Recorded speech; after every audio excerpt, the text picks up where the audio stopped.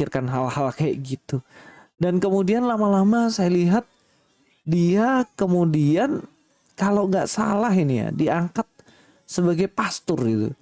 Pastor di salah satu gereja yang mana kemudian dia melayani. Dan makin lama makin kesini saya lihat di TikTok kadang-kadang bawa firman dan lain-lain. Saya pikir gini ya, saya aja kuliah teologi tuh bertahun-tahun baru bisa istilahnya mengajar menafsirkan Alkitab, berkhotbah dengan pendalaman Alkitab. Ini orang yang baru tahu, kemudian sudah diangkat pastor, kemudian bahasa Alkitab tiap hari. Dan kalau nggak salah waktu itu muncul di salah satu TV dengan dandanan dan lain-lain selayaknya artis lah ya. Selayaknya artis ya wajar. Bagi seorang artis itu wajar menurut saya. Tapi bagi seorang pastor gitu kayak nggak cocok. Dan ada beberapa statement cetukan dan lain-lain yang aneh gitu. Dan waktu itu benar-benar mengganggu saya. Kok bisa orang yang seperti ini kemudian diangkat untuk menjadi seorang pastor gembala? Kan ya agak aneh gitu. Yang angkat ini. Dan sebenarnya ini Assalamualaikum warahmatullahi wabarakatuh. Berjumpa lagi dengan Jadi HMC ya, channel yang mengedukasi dan menghibur. Kita ketahui bersama Pinkan Mambo ya. Pinkan Mambo kembali memeluk agama Islam setelah bertahun-tahun menjadi murtadin. Kita ketahui berdasarkan pengakuan Pinkan Mambo sendiri, dulu dia murtad lantaran supaya bisa membayar hutang. Karena dengan murtad, dengan menjadi orang Kristen, dengan menjadi Kristen ya tentunya, Pinkan Mambo bisa membayar hutang. Saya tidak tahu maksudnya seperti apa. Apakah di kekristenan ada yang menawarkan dia kalau kamu jadi Kristen nanti hutang kamu dibayar. Atau kalau dia jadi Kristen, dia dikasih job yang banyak sehingga dia bisa membayar hutang-hutangnya. Kita tidak tahu. Tetapi dari pengakuan Pinkan Mambo sendiri, ya dia mengatakan bahwa dia menjadi Kristen itu motivasinya ya karena ingin bayar hutang. Ya, supaya hutang-hutang dia bisa dia bayar. Jadi jelas ya bahwa ternyata ya ini menurut teman-teman yang nulis ini, ternyata bukan hanya pesugihan, ya bukan hanya babi ngepet, bukan hanya ke Gunung Kawi yang bisa membuat hutang kamu lunas. Ternyata bukan hanya pesugihan, tetapi dengan berpindah keyakinan menjadi Kristen, hutang kamu bisa lunas. Ya, luar biasa gitu. Dan semoga ini nggak diikuti oleh teman-teman Muslim yang lain ya. Jadi di sini saya bukan sedang mempromosikan agama Kristen, bukan menyuruh teman-teman Muslim yang banyak hutang, yang sudah stres dengan banyaknya hutangnya ya, untuk pindah menjadi Kristen, jangan. Tetapi kalau kalian memang lebih memilih yang namanya dunia, silakan. Jadi di sini saya bukan sedang promo agama sebelah ya, tapi memang Pinkan Mambo sendiri yang ngomong. Pinkan Mambo murtad karena terlilit hutang. Ya, ini kisahnya. Jadi dengan dia pindah keyakinan menjadi Kristen, hutangnya bisa dibayar. Ini pengakuan dia ya. Nih. Putuskan terlilit hutang, Pinkan Mambo putuskan pindah agama. Ya, kalian bisa nih. Nih. Oke, ini yang tadi sorry, ketekan. Ini. Ya, ngaku Muslim lagi. Ini cerita Pinkan Mambo pindah agama Kristen karena utang. Jadi dengan menjadi agama Kristen, dia bisa bayar utang. Ya, clear ya. Ini bukan saya yang ngomong, ini dari berita-berita nih. Nih. Gara-gara utang Pinkan Mambo mantap pindah agama. Nih, pindah agama Kristen. Utangnya langsung terbayar lunas. Ya, langsung terbayar lunas dengan menjadi Kristen ya. Kita nggak tahu siapa yang bayarin. Apakah ada donatur? Apakah ada sponsornya? Ya kita nggak tahu. Tapi memang dari beberapa kesaksian yang kita dengar, ada yang seperti itu. Termasuk yang 2 tahun lalu saya tangani. Ada seorang penonton HMC yang punya hutang 40-an juta, dan dia ditawari kalau dia jadi Kristen, hutangnya akan dibayar. Hutangnya akan dilunasi. Sehingga dia terakhir memutuskan, ya sudahlah dia murtad saja. Dan saya serta Ustadz Awal juga nggak nahan ya. Waktu itu saya bilang, Coba Anda cerita sama Ustadz Alwan, ya coba sharing lah gitu supaya Ustadz Alwan bisa nasihati. Rupanya Ustadz Alwan langsung bilang, kalau memang gara-gara uang kamu mau pindah, silakan, silakan ya. Di Islam kita juga nggak membutuhkan orang-orang seperti itu yang imannya lemah, yang agamanya cuma berdasarkan KTP tapi tidak pernah percaya bahwa Allah yang bisa membantu kita. Karena secara iman, ya kita yakin bahwa segala cobaan yang terjadi di dalam hidup kita itu atas izin Allah. Nggak ada cobaan itu yang tanpa izin Allah. Ya, nggak ada. Setan memang mencelakai kita, tapi atas izin Allah. Allah biarkan kita dicobai, supaya kita bisa naik kelas. Supaya Allah bisa melihat bagaimana perjuangan kita. Karena memang yang namanya dunia ini kan tempat ujian. Ya, seperti itu. Dan kita di sini akan membahas tentang Polycarpus yang ngamuk ya. Tentu saja Polycarpus ini tidak akan tinggal diam. Kalau ada seorang wanita, kalau ada seorang Kristen yang berpindah keyakinan menjadi Islam kembali atau mualaf, tentu saja Polycarpus tidak akan terima. Karena ini bisa mencoreng, ini bisa membuat geger, bisa membuat heboh. Nah, jadi di sini Polycarpus kembali ngamuk-ngamuk, kembali kejang-kejang, lantaran Pinkan Mambo kok kembali ke Islam ya. Artinya mereka bisa ini kan, bisa terguncang, bisa rugi gitu. Loh, Pinkan Mambo ini gimana gitu. Dulu hutangnya udah dibayarin loh. Dia jadi Kristen hutangnya dibayarin. Sekarang kok balik jadi Islam, ini kan kurang ajar gitu. Ya, kalian bisa bayangkan, contoh nih, kalian nawari seseorang untuk murtad. Lu murtad, gue bayar nih 100 juta, lu murtad. Dia murtad gitu. Terus, nggak lama kemudian dia balik lagi ke agamanya. Yang ngasih duit geram nggak? Menurut kalian? Yang sponsor ini geram nggak? Ya geram gitu. Udah keluar duit, tiba-tiba orangnya berkhianat. Ya, kurang ajar ini. Sudah dikasih duit, berkhianat pula ini orang. Rugi bandar ya. Rugi bandar ini. Saya nggak tahu siapa bandarnya Polycarpus ini. Sehingga mereka memang kita lihat sangat kuat ya. Dari segi pendanaannya luar biasa kuat. Oke, kita coba dengarkan dulu bagaimana Polycarpus ini kejang-kejang. Supaya teman-teman bisa tahu. Assalamualaikum, selamat datang kembali di channel ini. Balik lagi dengan saya Luis Budi Prasetyo sini. Kita akan bahas soal ya permualafan lagi ya. Jadi ada artis yang mana beberapa waktu yang lalu dia mualaf, dan alasan untuk dia pindah agama itu konyol banget cuy. Alasan yang menurut saya, apaan sih, kok cuman gara-gara begituan kamu bisa tinggalin imanmu? Imanmu di mana sebenarnya? Ya, kita langsung nonton videonya aja sambil kita akan komentari guys. Nah, agama karena kan sensitif. Ya, intinya kita nikah secara Intinya kita muslim. menikah secara muslim. Dan Nah. kalau mau nikah kan harus dimualafin dulu. Terus kan dengar salah satu alasan Kak Arya itu harus Kak Pin kan harus muslim dulu ya. Iya, intinya kita nikah secara Islam baru bisa. Tadi kita mau nikah di luar negeri, cuma kebelet nikah. Jadi akunya udah nggak tahan. Nggak bisa lah, kalau nggak nikah kita nggak bisa dong pegangan tangan tiap hari. Nanti ada setan lewat, hamil duluan. Ya kan aku bilang 3 bulan. ya, daripada Daripada mendingan melendung. kita nikah dulu deh secara Islam, tapi harus Lagian kan mualaf kita dulu. udah saling mencintai. Ya gitu. Dia ngomongnya gitu, tapi ya versi aku, agama itu nggak perlu diomongin, intinya nikahnya itu secara legal. Dan aku dimualafin dulu, dan itu nggak bohongan, emang mualafin beneran. Dan menurut aku nggak penting banget sih untuk bicara, ya meninggal juga sendiri-sendiri ya. Aku meninggal nggak bisa minta tolong dia, dikubur lagi. Pingkan masuk neraka, Arya tolong Arya, aku di neraka. Kan kita meninggal sendiri-sendiri, jadi kita tanggung jawab. Kenapa kita harus pakai baju warna hitam hari ini?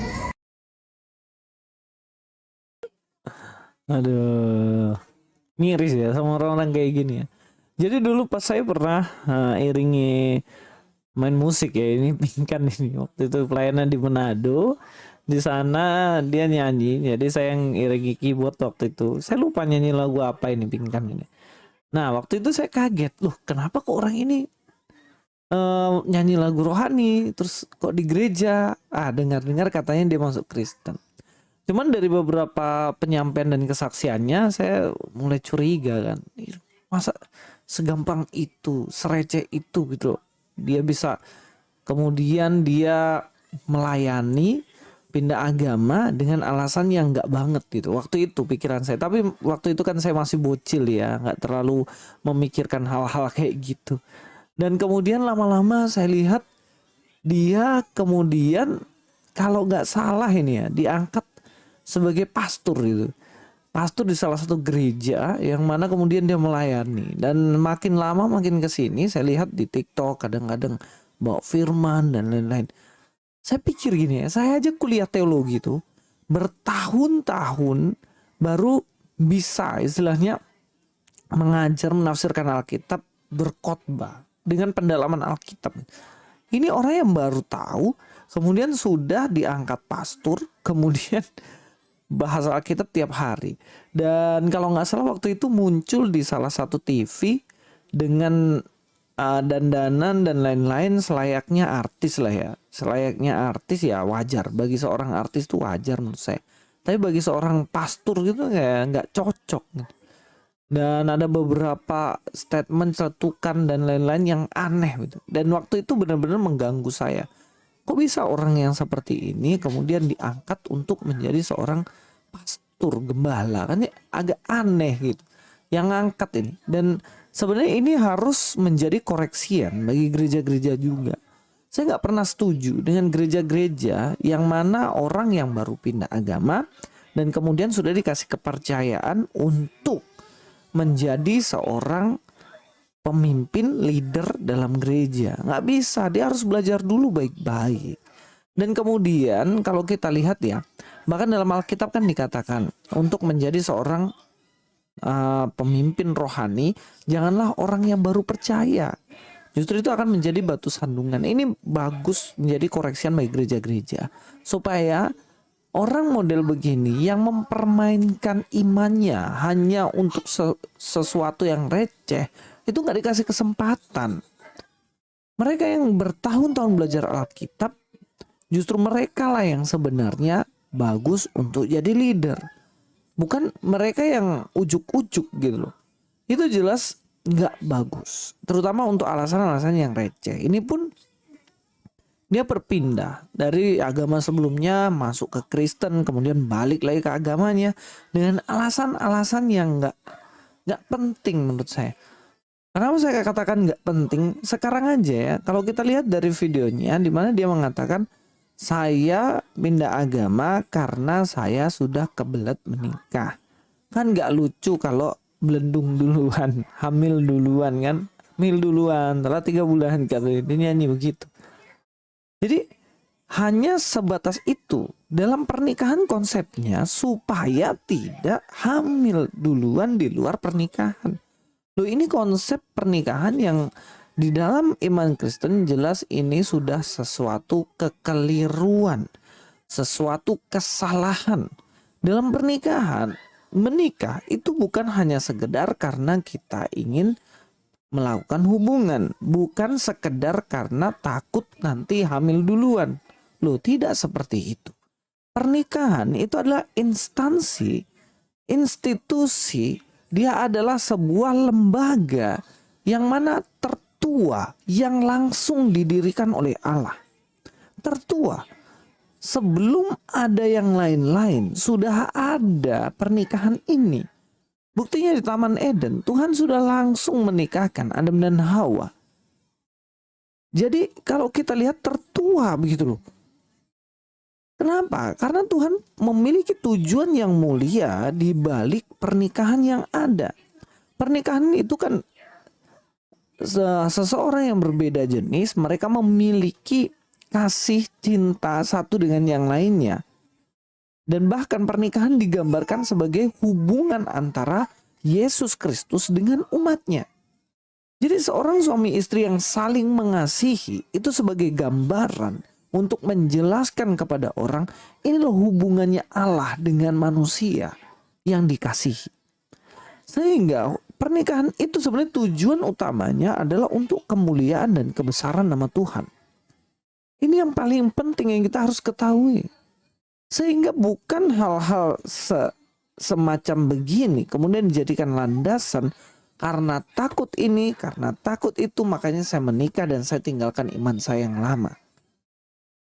Ya saya rasa hal-hal kayak gini sebagai orang yang dewasa, ya tentunya kita nggak boleh lah. Ikut Kristus juga sebenarnya sama ya. Banyak sekali case di mana seseorang itu kemudian ingin menikah dengan cewek Kristen, kemudian dia mau menikah di gereja dengan cewek Kristen. Setelah di gereja, kemudian dia tidak pernah ke gereja, dia juga tidak pernah beribadah dari agamanya yang lama, dan kemudian dia secara KTP ya punya agama, tetapi kehidupannya ateis. Ya enggak juga gitu loh. Yesus kan pernah mengatakannya, barang siapa mengasihi ini lebih daripadaku, ia tidak layak bagiku. Jika motivasimu mengikut Yesus hanya karena ingin sesuatu dalam arti untuk diri sendiri, egosentrisnya sendiri, ya nggak layak. Seseorang yang mengikut Kristus, yang layak adalah bagi mereka yang benar-benar percaya kepada Kristus, ingin itunya. Banyak kan sekarang orang mau ikut Kristus karena pengen kaya, ikut Kristus karena pengen lepas dari utang, ikut Kristus karena pengen sembuh dari sakit penyakitnya. Loh itu nggak salah, tetapi kurang tepat. Sudah layakkah kita mengikut Kristus karena ingin diri kita ini yang diutamakan? Bukan. Ikut Yesus karena memang benar-benar percaya pada Yesus.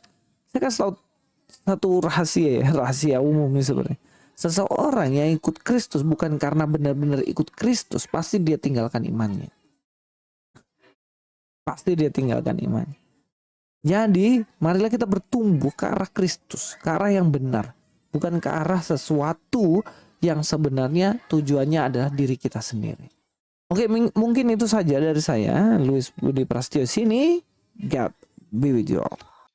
Ya teman-teman sudah lihat ya, jadi Polycardos ini kejang-kejang lantaran Pinkan Mambo ini kembali kepada agama aslinya, kepada fitrahnya yaitu Islam. Yang lebih konyol tahu apa teman-teman? Paling konyol nih Polycardos ini ya, saat Pinkan Mambo memberikan kesaksian di gereja, dia dipuja-puji. Wah luar biasa hebat, kesaksiannya keren gitu kan. Nggak ada mereka komplain. Tapi begitu Pinkan Mambo kembali ke Islam, dia bilang, wah ini Pinkan Mambo ini nggak benar, kesaksiannya nggak benar. Ya, saya dari awal sudah curiga dan sebagainya gitu. Loh kalau memang dari awal Anda sudah nggak sure, menurut Anda ada sesuatu yang nggak beres, kenapa nggak disampaikan? Kenapa baru sekarang gitu? Setelah dia kembali ke Islam, baru Anda sampaikan. Nggak fair dong. Hanya gara-gara dia sudah beda keyakinan dengan Anda serang. Tapi waktu dia masih Kristen, walaupun ya Anda sudah merasa dia salah, walaupun Anda lihat kesaksian yang nggak benar, tapi Anda nggak komplain. Ini kan kurang ajar. Ya, kurang ajar sekali para Polycardos ini. Dan mungkin saya kasih nampak sedikit lah, ini kesaksian Pinkan Mambo ya. Salah satu kesaksian, saking banyaknya dia. Saking banyaknya kesaksian dari si Pinkan Mambo yang dibawa keliling-keliling seluruh gereja di Indonesia untuk sharing kesaksian dan khotbah tentunya. Oke, kita coba dengarkan. Shalom. Apa kabar? Luar biasa. Luar biasa. Saya lihat luar biasa banget lah semangatnya ya. Walaupun di sana masih sibuk masak, sibuk gosip, tapi di sini ya panci ditinggalin, sapu ditinggalin buat mencari kerajaan Allah. Matius 6 berkata, waktu kita cari kerajaan Allah tidak akan sia-sia. Semuanya akan ditambah. Semuanya saudara, haleluya. Haleluya. Saya sore hari ini senang sekali, merasa terhormat sekali bisa hadir di tempat ini. Saya sebelumnya mau nyanyi satu pujian. Saya senang banget ya. Saya ibu-ibu, nama saya Ibu Pinkan Mambo. Mungkin saudara dulu kenal saya nyanyi di TV ya. Ini sih lagunya. Haleluya ya. Oke. Sebagai kekasih yang tak dianggap. Udah sampai situ aja. Nanti kuasa terjadi. Yang dianggap dahsyat ya. Oke. Haleluya. Saya juga senang sekali. Anak saya baru dikit, baru 6 anak saya. Apa sih? Salah gue gitu, gue lagi. Sebenarnya saya cita-citanya mau punya anak 20, tapi kata suami saya kamu sama kelinci mirip. Saudara, saya senang sekali bisa ke tempat ini. Saya undang anak saya yang nomor pertama, namanya Muhammad Alvarezo. Sekarang udah jadi apa? Anak Tuhan Yesus. Amin. Karena satu orang bertobat, seisi rumah akan dipilih Tuhan Yesus. Haleluya. Ya teman-teman sudah dengar ya. Jadi kalau Pinkan Mambo ini dari dulu banyak diundang oleh gereja-gereja untuk kasih kesaksian dan dia sudah diangkat jadi pastor gitu. Pastor di Protestan ya, bukan pastor di Katolik. Beda ya. Kalau pastor di Katolik nggak boleh perempuan. Tapi ini pastor di Protestan, sama seperti Pastor Sarah lah, ya pastor sama-sama pastor. Oke, jadi di sini teman-teman dengar sendiri ya bagaimana Polycarpus yang bernama Tante Louis Prasetyo ini komplain ya. Dia bilang ini sekaligus koreksi bagi kekristenan supaya jangan mengangkat orang menjadi pastor, pendeta, gembala sesuka hati, sembarangan. Ya, tapi memang itu faktanya. Kekristenan tuh sering mengangkat orang sembarangan. Yang penting punya nilai jual, yang penting menarik, yang penting banyak yang suka. Sama seperti yang terjadi pada KC, Fatimah Sedekah, Effendi Usman, ya, sama pendeta Blukus Suntur Saifuddin Ibrahim. Mereka tuh semua bisa jadi tokoh besar di kekristenan ya karena dianggap punya nilai jual. Ya. Saya nggak bisa membayangkan ya kalau seorang Bang Zuma, Uni Rifah ya itu kalau tiba-tiba jadi oten mungkin langsung jadi salah satu pendeta terbesar di Indonesia ya. Kalau Bang Zuma itu langsung dikasih panggung mungkin dari Aceh sampai Papua disiapin itu langsung. Wah, seminggu sekali korbannya pindah tempat terus gitu kan. Dibawa keliling se-Indonesia supaya menjadi inilah ya, menjadi satu cerita yang luar biasa dan mereka pasti akan bangga sekali gitu kan. Dan memang kekristenan seperti itu. Jadi Tante Louis ini lucu nih kalau baru komplain dari sekarang. Jadi selama ini Anda ngapain? Bukankah Anda bagian juga di dalam gereja? Ya. Tante Louis Prasetyo ini adalah bagian dari kekristenan. Dia adalah bagian dari pelayanan gerejanya. Kenapa bukan Anda komplain dari awal di gereja Anda? Anda maki-maki, Anda marahin dong. Anda koreksi gereja Anda. Ya, tapi gereja Anda juga mengundang Pinkan Mambo masalahnya. Kan seperti itu. Jadi lawak sekali ya. Terus dia bilang bahwa institusi tertua adalah pernikahan dan sudah ada di Taman Eden dan bla bla bla bla bla. Ya itu kan cuman teori lah. Dan kita tahu bahwa menurut teman-teman Kristen, Yesus saja nggak menikah gitu. Jadi kalau Yesus nggak menikah, gimana dia ngajarkan pernikahan? Ya, bagaimana mungkin? Sama seperti orang, gimana mungkin dia curhat tentang pernikahan, tentang rumah tangga ribut kepada pastor Katolik yang dia aja nggak pernah nikah. Mereka juga nggak tahu gimana menghadapinya. Ya, jadi kalau ada orang cerita tentang pernikahannya dengan pastor Katolik dan juga biksu, itu sangat nggak cocok gitu. Mereka paling cuma bisa kasih nasihat-nasihat secara iman. Ya, nasihat secara iman, tapi mereka nggak bisa kasih nasihat secara bukti atau prakteknya. Ya, nggak bisa kasih contoh gitu. Nggak bisa kasih contoh karena mereka sendiri nggak pernah lakukan gitu. Mau gimana? Ya, jadi kalau bicara pernikahan, ya teman-teman Kristen ini sebenarnya ikut siapa gitu? Ikut Paulus, ikut Yesus, atau ikut siapa gitu? Karena Yesus nggak menikah. Apakah itu artinya semua orang Kristen disuruh jangan menikah? Ya, kita nggak tahu. Terus dibilang, kalau orang menjadi pengikut Yesus karena sesuatu, itu pasti nggak benar, nggak beres gitu kan. Nah, dia tuduh Pinkan Mambo ini dulu ngikut Yesus kan supaya bisa bayar hutang.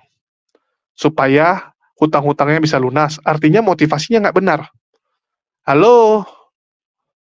Harusnya para Polikarpus ini bertanya kepada donatur-donaturnya, kepada sponsor-sponsornya, mengapa sering sekali mengajak orang jadi Kristen, padahal mereka sendiri sampai sekarang nggak tahu siapa Tuhannya. Baik yang diajak maupun yang mengajak. Itu misionaris-misionaris yang mengajak Orang-orang Muslim supaya jadi Kristen, mereka aja nggak tahu siapa Tuhannya. Masih bingung, Yesus itu Tuhan, ya? Apakah Yesus itu Theos? Apakah hanya Kurios? Atau siapa? Terus Trinitas itu apa? Mereka aja masih gedebrul, masih bingung, masih ribut. Terus ngajakin orang, yang salah siapa sebenarnya gitu? Yang diajak atau yang mengajak? Bukankah orang Kristen sangat sering door to door mengajak orang di luar keimanannya untuk pindah menjadi Kristen? Jadi kamu bilang yang menjadi pengikut Yesus itu harus orang yang ngerti baru layak. Kalau begitu, ya stoplah penginjilan itu. Ya, stoplah misi penginjilan, misi misionaris. Suruh misionaris itu berhenti. Suruh mereka tuh belajar dulu siapa Kristen, siapa Kristus. Ya. Apa itu ajaran Yesus? Setelah mereka final, baru mereka ajakin orang. Ajakin orang pun, pastikan yang diajak itu jelas. Ya, mereka pindah, mereka murtad dari Islam karena mereka sudah beriman kepada Yesus, bukan karena perut dan di bawah perut. Fakta di lapangan, banyak sekali misionaris yang mengajak orang-orang itu pindah keyakinan. Orang Muslim untuk murtad dengan apa? Iming-iming indomisasi. Iming-iming hamilisasi. Iming-iming dibayarkan hutangnya. Seperti Pinkan Mambo. Seperti salah satu penonton kita. Itu yang terjadi gitu. Jadi kalau kualitas orangnya jelek, ya jangan salahkan dong. Orang cara rekrutnya nggak benar. Cara kalian mengajaknya juga nggak benar. Datang-datang tawarkan gitu kan. Ikut Yesus. Kalau kalian ikut Yesus akan begini, begini, begitu. Kalian aja ngajakin orang itu sembarangan. Sembarangan. Kita lihat nih, para murtadin-murtadin. Sampai detik ini, nggak ngerti juga siapa itu Yesus. Fatimah Sedekah, ya, seorang murtadin yang dibanggakan oleh teman-teman Kristen. Nggak ngerti siapa itu Yesus. Bahkan dikatakan bidat oleh para pengajar kekristenan. Fatimah Sedekah dibilang bidat oleh Muri Wali, ya, oleh Deki Ngadas, ya, oleh semua orang-orang Kristen ngatain dia bidat, sesat. Bayangkan gitu. Jadi dia pindah agama, mengikuti Tuhan yang nggak benar. Mengikuti iblis. Bukan saya yang bilang loh. Karena menurut teman-teman Kristen, ajaran-ajaran bidat ini berasal dari iblis. Kan begitu. Orang-orang Trinitas bilang orang Oneness ini pengikut iblis. Artinya, Fatimah Sedekah, ya, Pinkan Mambo, para murtadin-murtadin ini, mereka pindah keyakinan karena ikut iblis kok. Mereka terpengaruh oleh bujuk rayu iblis. Dan memang iblis seperti itu. Dia kasih dulu kamu kesusahan. Terus dia kasih solusi instan. Kan begitu. Ya, dia bikin kamu susah, miskin. Terus dia tawari solusinya. Kalau kamu mau berhasil bayar hutang, kalau kamu mau supaya kaya, oke, pesugihan. Kalau enggak, murtad kamu. Kan begitu. Ya, ditawarkan kenal sama dukun, kenal sama makhluk goib, disuruh kenal sama orang Kristen ya yang mau sponsori, yang mau donasi supaya kamu murtad gitu. Dipertemukan. Kan cara-cara seperti itu yang dilakukan oleh iblis bapakmu. Ya, cara iblis seperti itu, bujuk rayu seperti itu. Dengan iming-iming. Kita yang merasa wah bisa dibantu, senang, bahagia, sukacita kan. Wah, akhirnya permasalahan saya selesai. Ya, di dunia selesai. Di akhirat masuk neraka kalian. Apa gunanya gitu? Hutang dibayarin, tapi ujungnya masuk neraka. Coba saya tanya, kayak Pinkan Mambo. Hutang dibayarin, tapi endingnya masuk neraka. Ngapain? Ya. Jadi bagi Louis Prasetyo, harusnya Anda bertanya kepada misionaris. Kenapa kalian ini ngejar-ngejar orang supaya masuk Kristen? Padahal orang-orang yang diajak ini ya orang-orang yang punya kualitas. Pindah keyakinan hanya karena perut dan di bawah perut. Begitu besok ada tawaran bawah perut yang lebih mantap, ada tawaran uang yang lebih mantap di agama lain, mereka akan pindah lagi. Orang-orang seperti ini kami nggak butuh. Orang-orang yang nggak ada kesetiaan, kan gitu. Ya, yang nggak ada kesetiaan. Kalau orang pindah lantaran tergiur dengan dunia, maka mereka juga akan meninggalkan kalian untuk mendapatkan yang lebih wah lagi nantinya. Itu udah hukum alam, ya. Hukum alam gitu. Jadi bagi teman-teman Kristen, ya nikmatilah murtadin-murtadin yang kalian banggakan selama ini. Ya. Silakan nikmati. Nikmatilah murtadin seperti Effendi Usman, terus juga si siapa? Pendeta Blukusuntur, Kosman bin Sunet, Fatimah Sedekah, ya, Utiwati Mena, itu kan kesukaan kalian, kebanggaan kalian gitu. Yang seperti itu. Bagi kami malah senang kami. Itu kan batu sandungan. Itu kan sampah di tempat kami. Kalian ambil, ya Muslim bahagia. Ya. Sampah-sampah Muslim diambil ini sama orang-orang Kristen. Kita senang. Tentu saja kita bahagia gitu.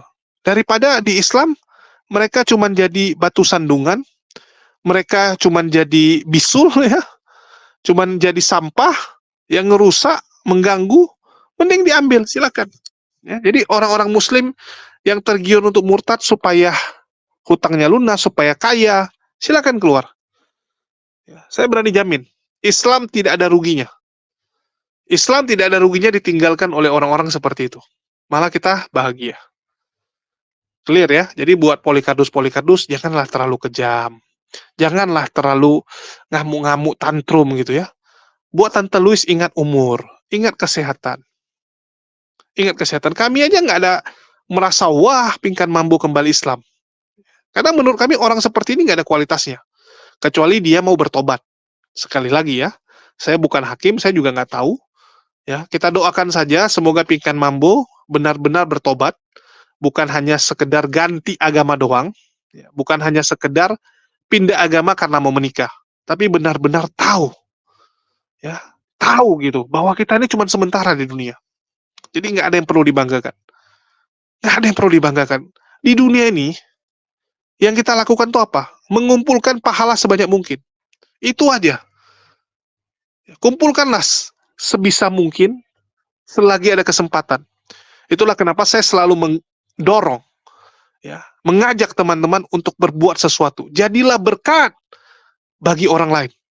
Jangan jadi musibah. Jangan jadi beban ya. Nah, ini sering nih kita dengar ya. Udah umur 20-an masih jadi beban orang tua. Masih makan di rumah, minta jajan sama orang tua, ada apa-apa minta sama orang tua. Nah, ini beban ini ya. Orang seperti itu jangan ada di Islam. Ya, kita harap umat Muslim itu adalah umat yang tangguh, bisa berdiri di kaki sendiri, dan bisa membantu orang yang kesusahan. Karena dunia ini sementara, tempat ujian. Jadi kumpulkanlah nilai sebagus mungkin, ya, kumpulkanlah yang terbaik. Ya, kumpulkanlah yang terbaik. Itu aja sih yang bisa saya sampaikan. Buat Polikardus, jangan terlalu kejang lah. Santai aja ya. Apapun cerita, Pingkan Mambo itu dulu sudah memberi banyak kesaksian di gereja-gereja kalian. Kalian ikut menikmati. Berkat kesaksian Pingkan Mambo, gereja kalian rame, yang ngasih perpuluhan banyak, yang ngasih persembahan kasih banyak, kan gitu.